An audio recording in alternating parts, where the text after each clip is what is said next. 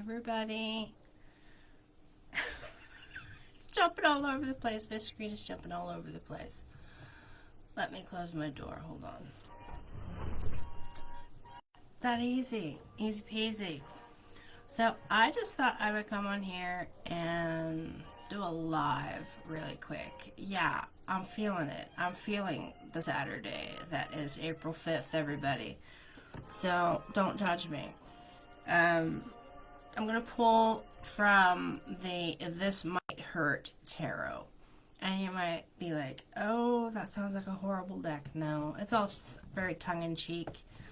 Nothing scary about it. Again, anybody that likes to be very theatrical with all this stuff,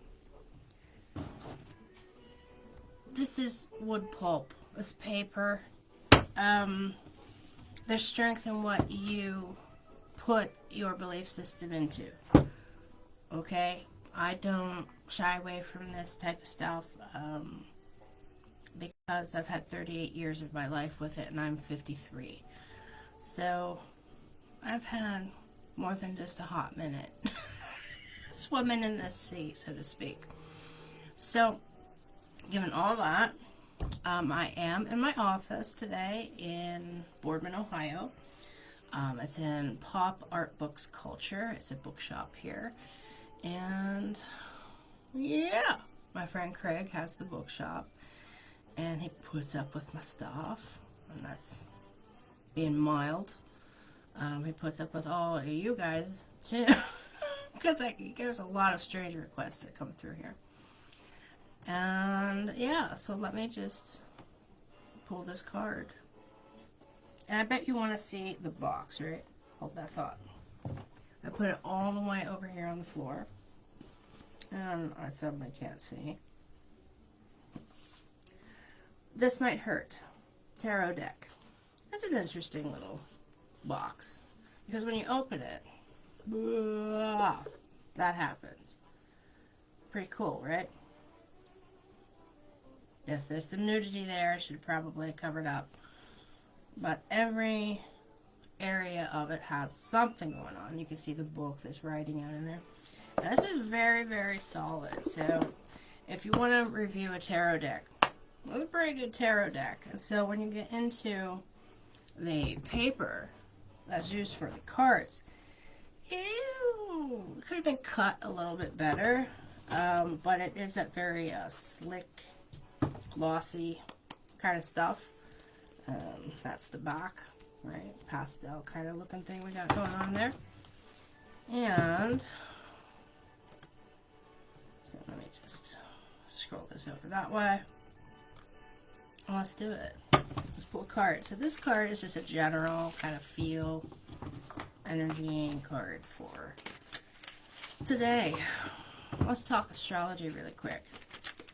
All the astrologers out there that keep sending me things, and you know who you are, you know. And if you don't already know, because you're not talking to an astrologer or have one trying to talk to you, understand that Neptune changed its placement, like what sign it is in. And that happened, oh heck, I don't know, just a few weeks ago at most. I don't really hardcore pay attention to those types of things. But I have a question for you guys. Whoever sees this video, if you have had your natal chart done, or if you have investigated your own natal chart, I want you to reach out to me out of curiosity and tell me what sign Chiron is in your chart. Because I have a running theory that I'm working with, and I was just talking about it with Craig about an hour or so ago. Yeah, and it has to do with Neptune and being in the sign of Aries right now, and is going to be for quite a while. So buckle up. And I truly, truly mean that.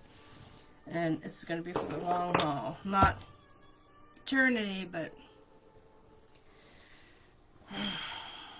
years, everybody. So I can't actually see. I guess I have a couple comments here. I can't see who the heck is watching this thing. I love you, Facebook. Yeah. So, you guys ready? I know I am.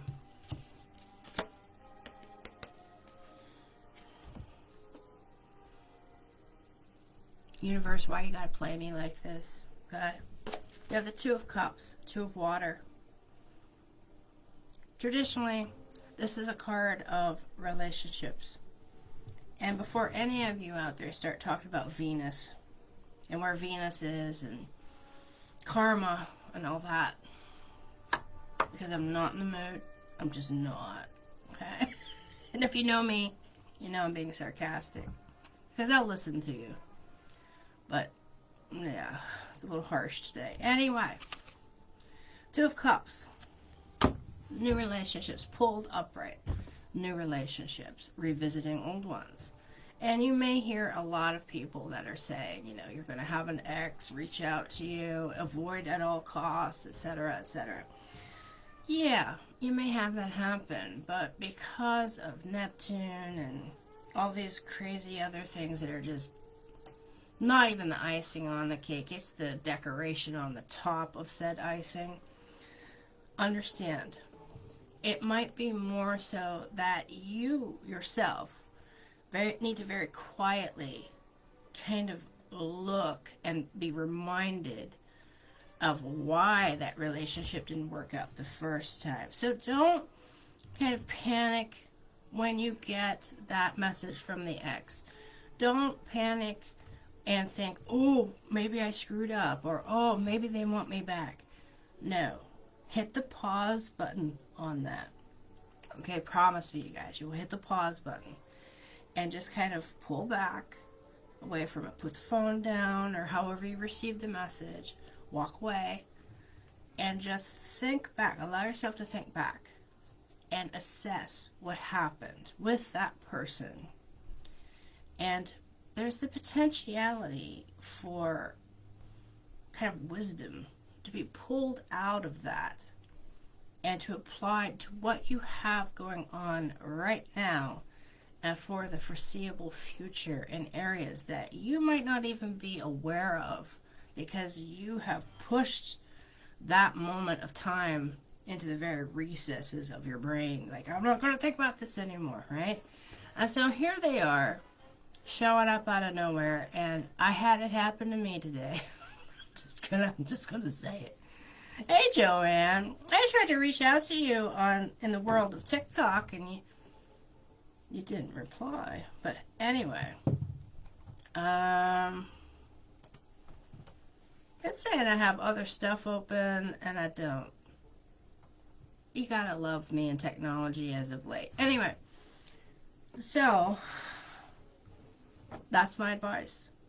You might have the Two of Cups as the general energy of the day.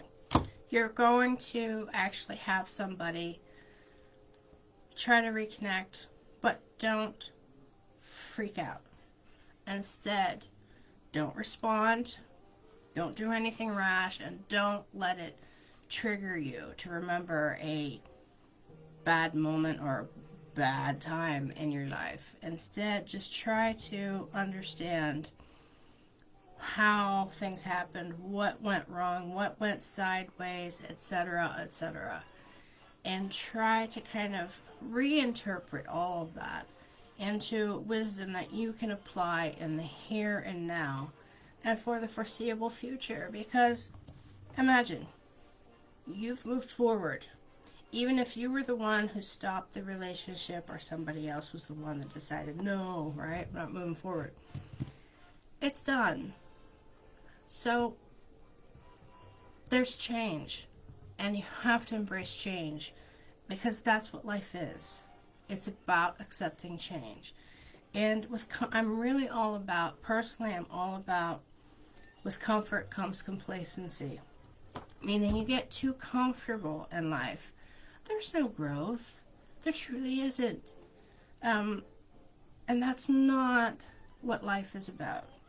So you have to take the hiccups, and you have to take the potholes, but you just have to tread carefully. And everybody knows to do so because of prior experience that they've had with those potholes and with situations in life. And you're not going to get that if you just sit on the couch and ponder about things that you might do or could do. You have to put yourself out there. So, hey, Sierra, so don't let yourself be quasi-intimidated or feel bad if you do have somebody reach out. Again, put the phone down, shut off the computer, whatever you got to do, and just give it 5 minutes to reflect on it, because you've come a long way. And if you're like, Rachel, I don't know what the hell you're talking about. Well, then think of it this way. Since this is about a relation, this is truly a relationship card. How do you feel about you? A little stagnant? Fall into the category of what I just said, with comfort comes complacency? Or do you feel that major changes need to be made in your life and you're ready to go? And again, I have this working theory that I'm trying to compile information about. So if you have actually done your natal chart or had somebody do it for you, I'm going to ask you guys to look up where Chiron is in your chart and get back to me, because I have a very, very interesting theory that I'm working on about where Neptune is right now and all this other stuff, and why people are kind of peopling hard. let's just say that people are peopling really hard. I love to say it that way, because there's just no other description for it. Truly isn't. Yay! Well, thank you, Sarah, for the stars. But yeah, and if any of you guys have any questions, I am in the bookstore today. I have walk-ins every Saturday from noon to 5. It's a rainy day here today in Boardman, but me and Craig were muddling through it. And that being said, I will be on SBTV on Tuesday, which is the 8th. So, and remember, the Tarot Tatler, my newsletter, it's going to be sent out on Monday, the 7th.